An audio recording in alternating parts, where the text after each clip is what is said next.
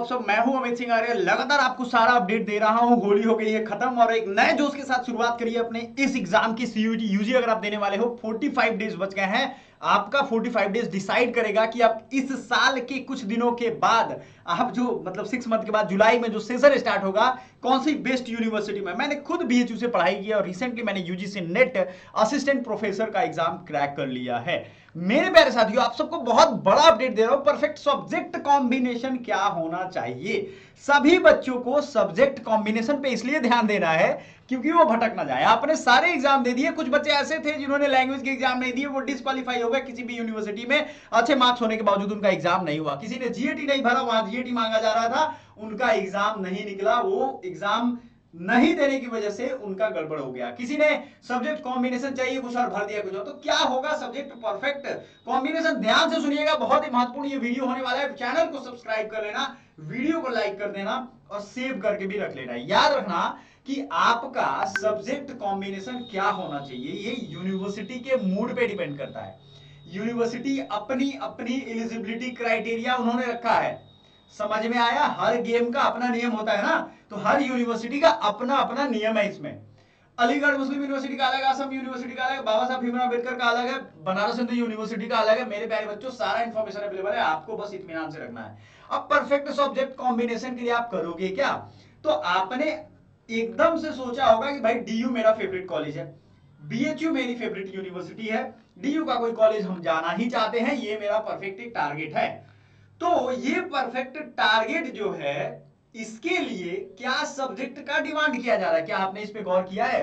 नहीं गौर किया है तो कोई भी मुश्किल नहीं है। आइए आपको मैं प्रैक्टिकल करके दिखाऊंगा, जरा इत्मीनान रखिए, मजा आएगा। जैसे दो ही का एग्जांपल लेंगे, अभी टॉप के दो कॉलेज, बीएचयू जिसे मैंने खुद पढ़ाई की है, यूजीपीजी दोनों कंप्लीट किया विद हॉस्टल फैसिलिटी।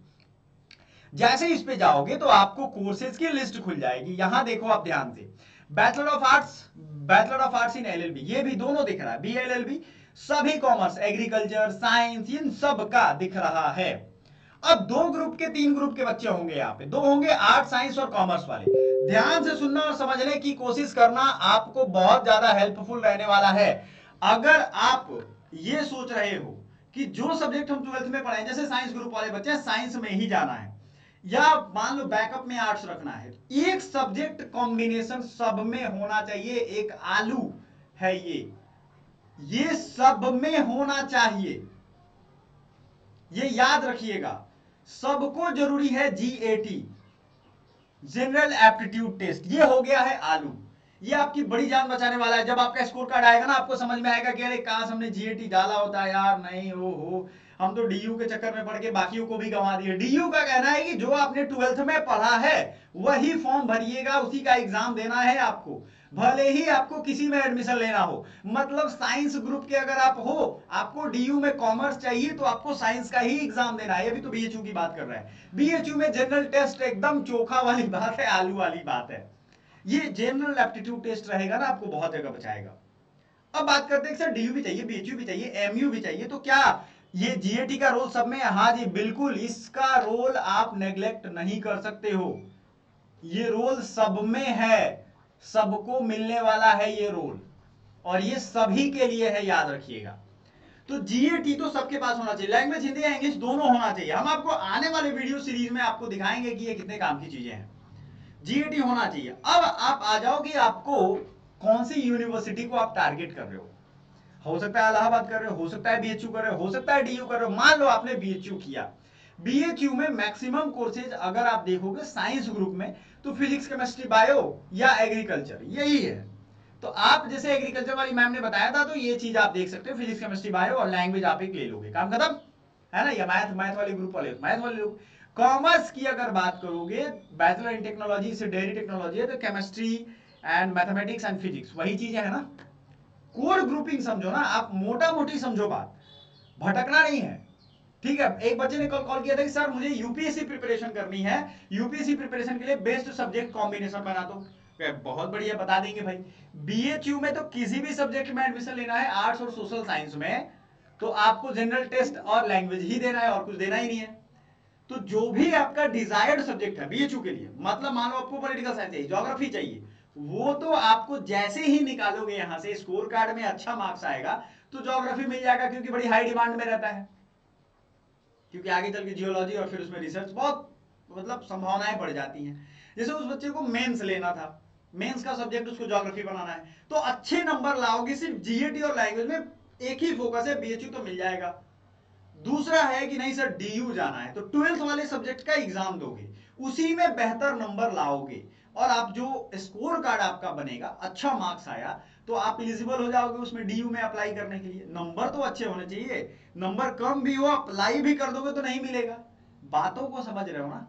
ये एलिजिबिलिटी अपनी जगह, यहां 2-3 स्टेजेस हैं, वो स्टेज को आपको ध्यान रख के काम करना पड़ेगा, ठीक है, करना ही पड़ेगा, और कोई उपाय नहीं है। मैं आपको दिखा रहा हूं यूनिवर्सिटी ऑफ इलाहाबाद की अगर बात करोगे, यहां देख लो इसमें क्या एलिजिबिलिटी है। बैचलर ऑफ कॉमर्स में क्या मांग रहा है, 5 year integrated programme in family and community science, English और हिंदी एक चाहिए, एंड जनरल एप्टीट्यूड टेस्ट चाहिए। सबको एक चीज का ध्यान रखना है, जनरल एप्टीट्यूड टेस्ट मांगा ही जा रहा है।